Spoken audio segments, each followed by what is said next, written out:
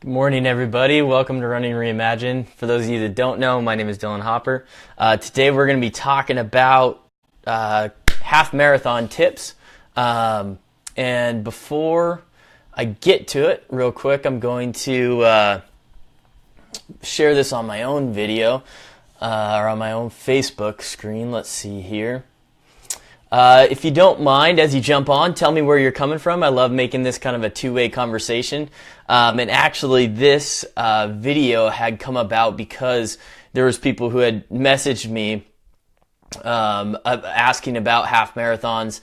So today I'm going to paint a picture, give a pretty specific example of someone and what they're going through, and then kind of some food for thought that they can think about. But real quick, let me go to my personal page here, and I'm going to share it. If you guys don't mind doing the same, that'd be great. Let me know where you're coming from if you're here. Let's see here. All right.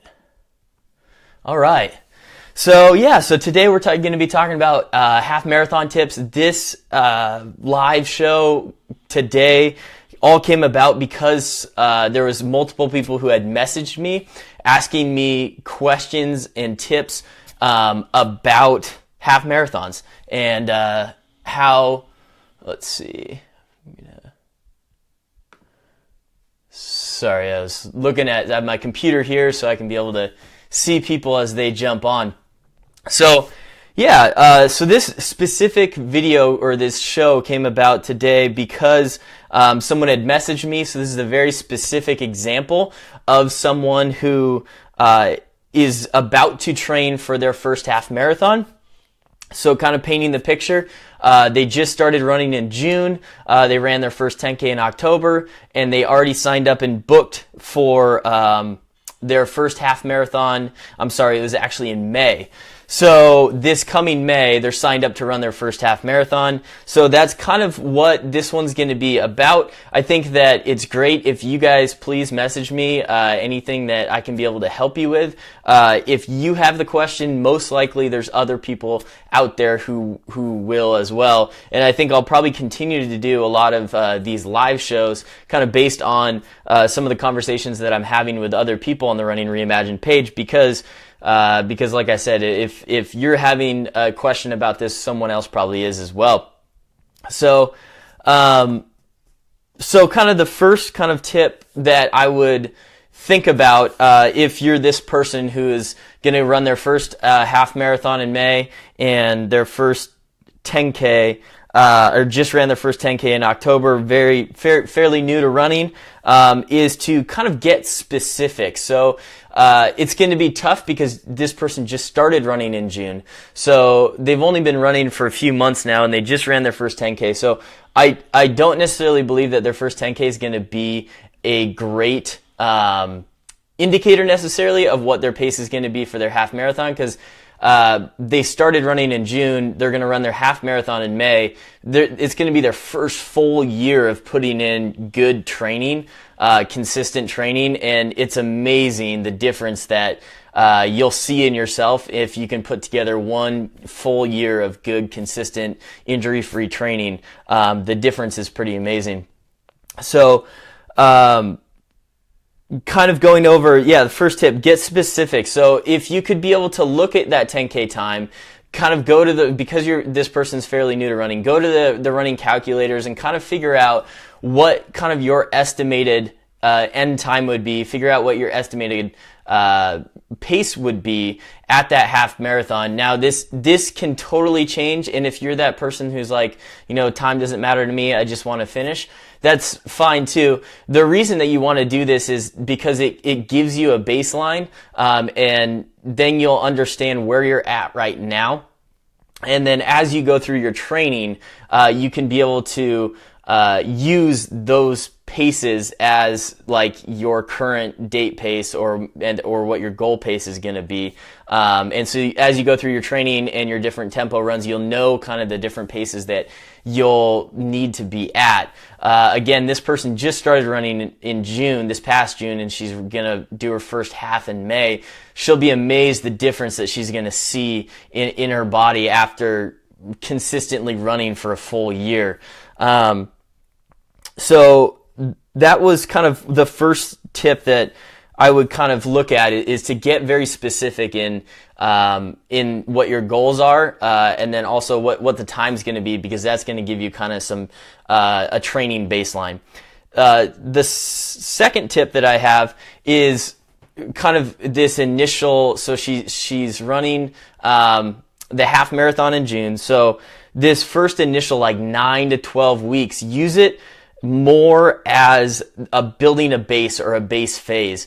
The reason that you want to do this is that a half marathon really, especially if you're newer to running and you've never run that far before, it's really important that you can build up that stamina or that volume to be able to handle that. Because the way I kind of coach and the way I give advice, I really want to be able to build runners for success for a lifetime, so they'll continue to run, so they don't just run that half marathon and then there's such a terrible experience that they never want to do it again. And I'm sure you know people who have run that first half marathon or run that full marathon, and it's just such a painful experience, they don't end up doing it ever again. It was something they just checked off their bucket list. So building that base phase is going to help you not only stay healthy when you start to add the workouts in that kind of second half of that training phase, but it's also going to build up that stamina that you're going to need, and it's going to be probably the most important thing that you can do leading up to that half marathon. When you get into that second half of the training after the 9 to 12 weeks of really just kind of focusing on volume, focusing on kind of gradually extending that long run. If you haven't seen the video I did on extending the long run, I can link it in the comments, but if you go to the videos tab on Running Reimagined, you can go back and watch that. It talks about really slowly, incrementally increasing that long run, which kind of limits the risk of injury, and then also understands kind of the paces that you need to run at. But making it more about the volume, less about the speed, and just putting in the time and being consistent with it. I think consistency is one of the biggest keys to running. If you can be able to put in consistent time, then that's when you're going to see kind of some of the biggest jumps.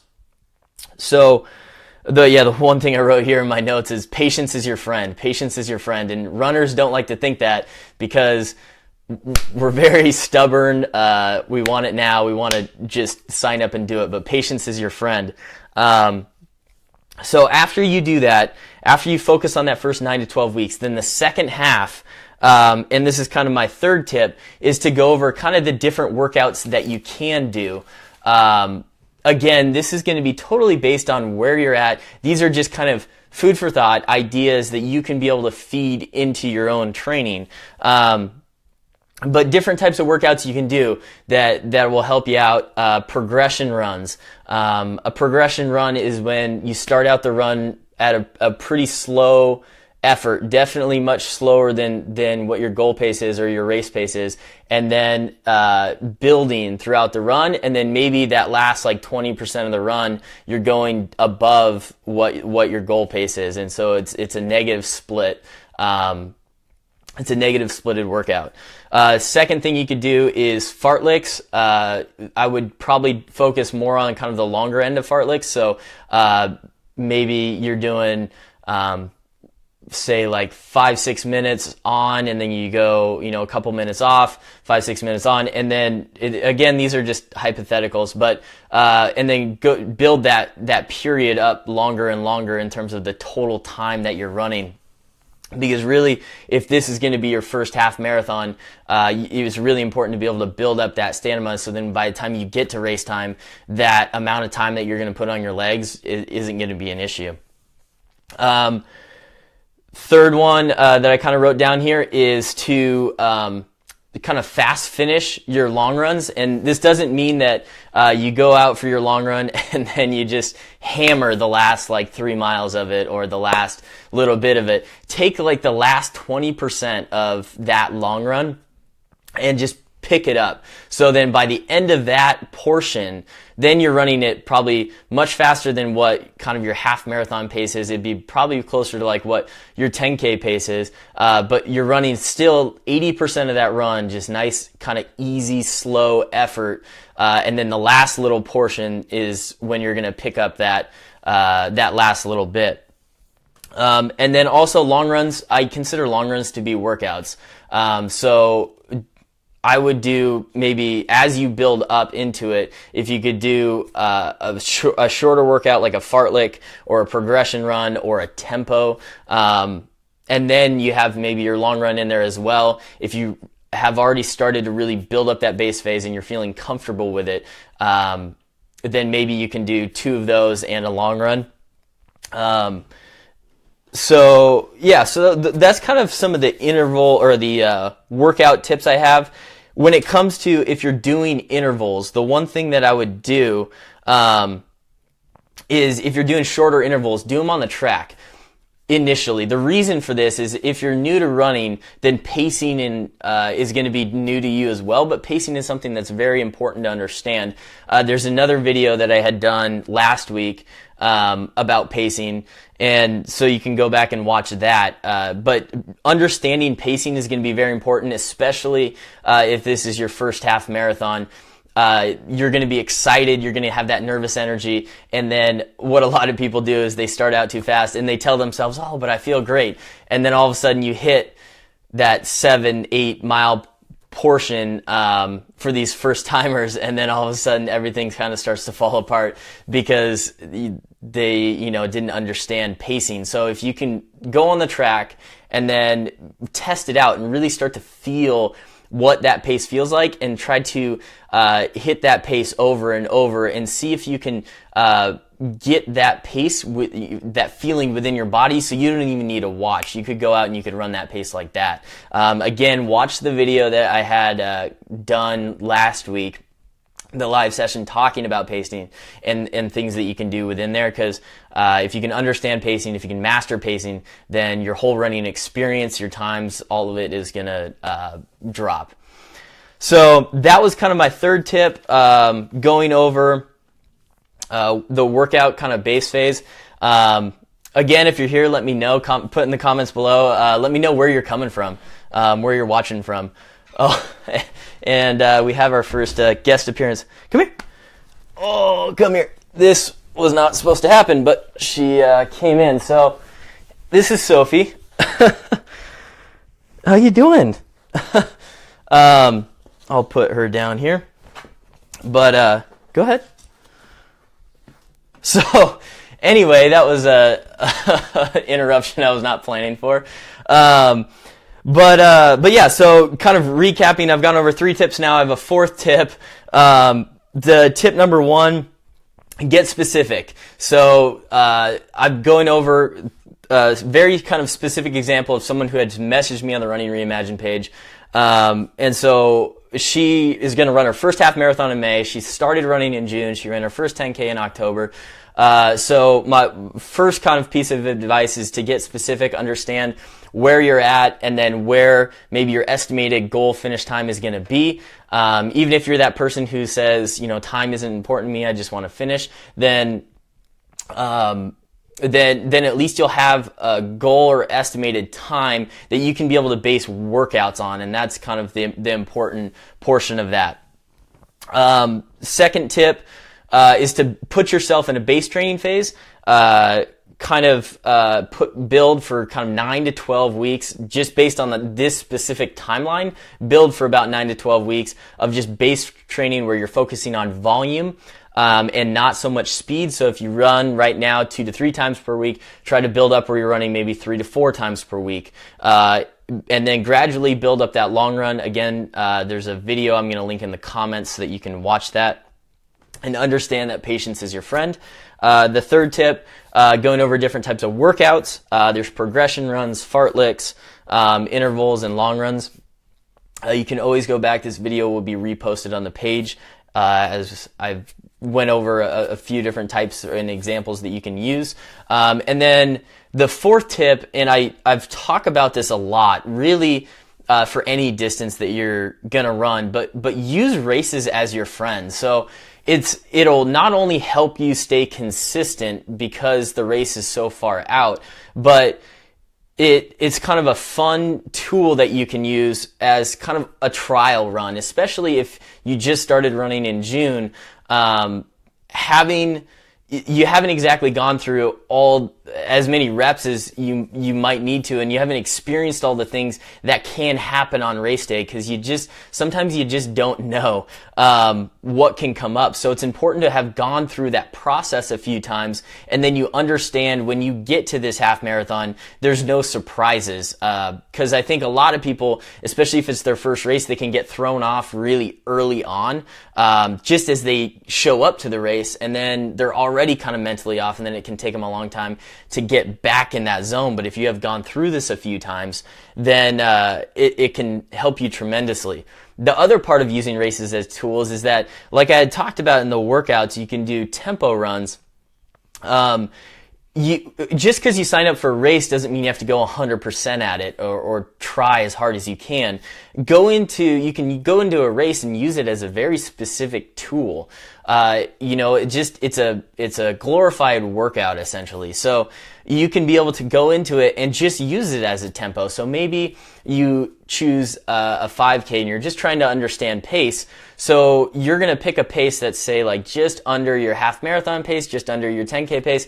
It should be pretty easy to go through the whole run, but the idea of it is just to understand pace, and it's just a much more fun environment to use. Also, you're going to have the excitement of other runners, you're going to have a crowd, so it's going to help teach you to be disciplined at a certain pace.